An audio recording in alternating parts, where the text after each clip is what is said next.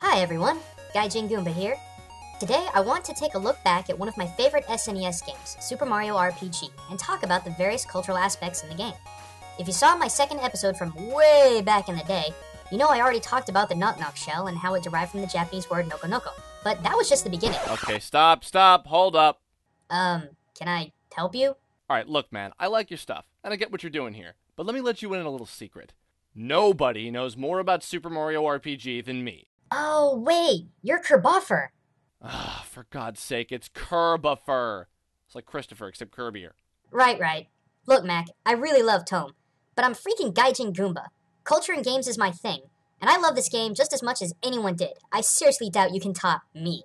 Is that so? I'm sorry, did you painstakingly create 2 music videos about the game, with references in every frame about every little obscure secret you can find? Listen, Chestnut, yes, I know you're a chestnut, not a mushroom. I know this game like the back of my hand. I bet you I could rattle off more information about this game than you ever could. Alright then, Impy. You want to throw down with Gaijin? Bring it on! Let's see who can find the most obscure information in this game.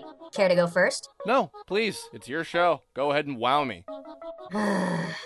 Now, most people already understand that there are a lot of obvious references in the game. Take Frogfucius for one.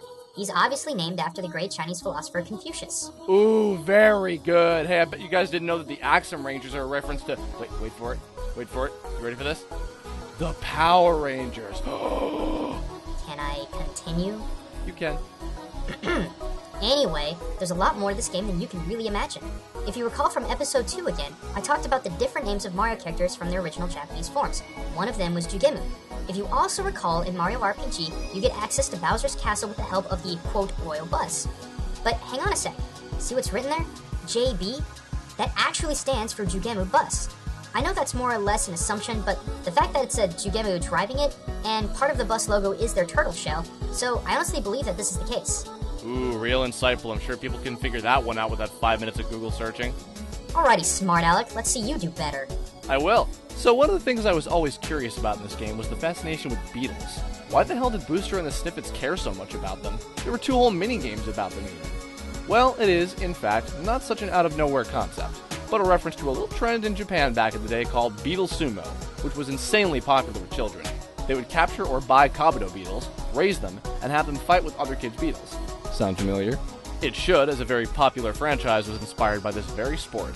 That's right, Satoshi Tajiri himself was a fan of Beetle Sumo as a young lad, years before he came out with Pokemon.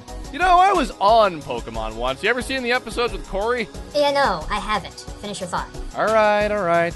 Now, before you go off the deep end and write your angry Tumblr post accusing these kids of animal abuse, Beetle Sumo is actually less harmful than a Pokemon battle.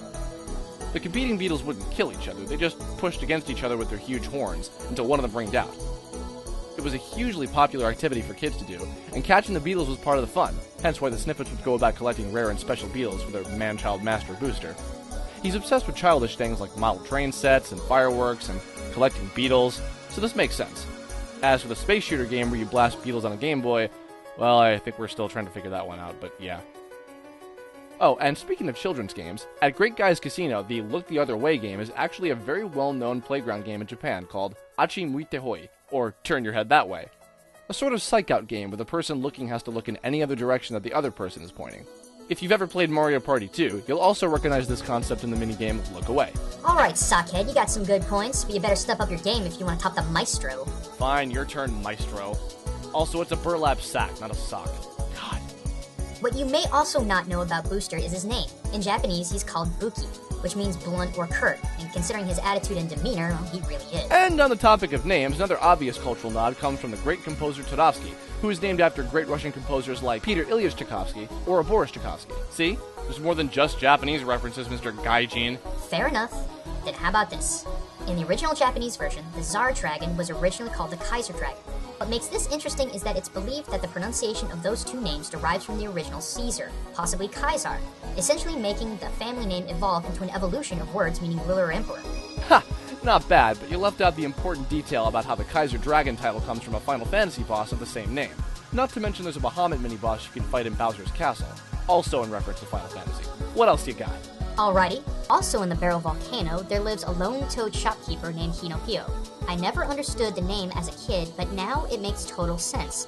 It's the combination of hi, being one of the Japanese words for fire, and Toad's Japanese name, Hinopio, which in itself is a combination of the Japanese word for mushroom and Pinocchio. And there's Cluix. Cluix, originally called Crystallia or Crystaller, has a similar appearance to the final form of Kefka from Final Fantasy VI, creating yet another link between the Mario universe with the Final Fantasy universe. Also, Cluix's name in Latin means mosquito, possibly referencing Golbez from Final Fantasy IV, whose name comes from the Gobelesser, or the Gobelak fly, a black fly native to Gobelak, Serbia. Weak. Name origins are easy.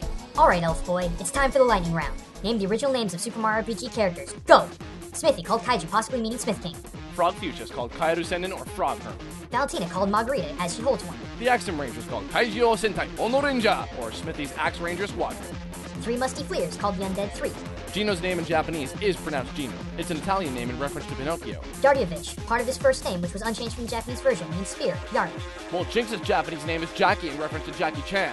Knife Guy and Great Guy, originally called the Clown Brothers. Knife Guy being Clown Annie or older brother Clown, and Clown Ototo or younger brother Clown. And Gaijin Goombah means I'm a gigantic know-it-all in Japanese. How's that for a translation, huh? And Kirbopher means big, giant, jerk face. Gaijin Goombah! Uh-oh. What on earth is all that racket about? I can hear it all the way downstairs. Hey, you two love nuts need some alone time? Because, I can leave. Enough! Look, boys, I know you two like each other, so how about you start acting like it? Seriously, it's not like only one of you can know a bunch of random information about a game. And it's also not like you two are the first ones to do this. She's right. I can sit here and call myself the guru of culture and gaming, but I can't, especially when others have done it before me. And I suppose I could accept the fact that there's stuff in this game I don't know that others do. Truce? Truce. Come on, Kirb. I'll show you around my place. You live in a pipe. Just get in there.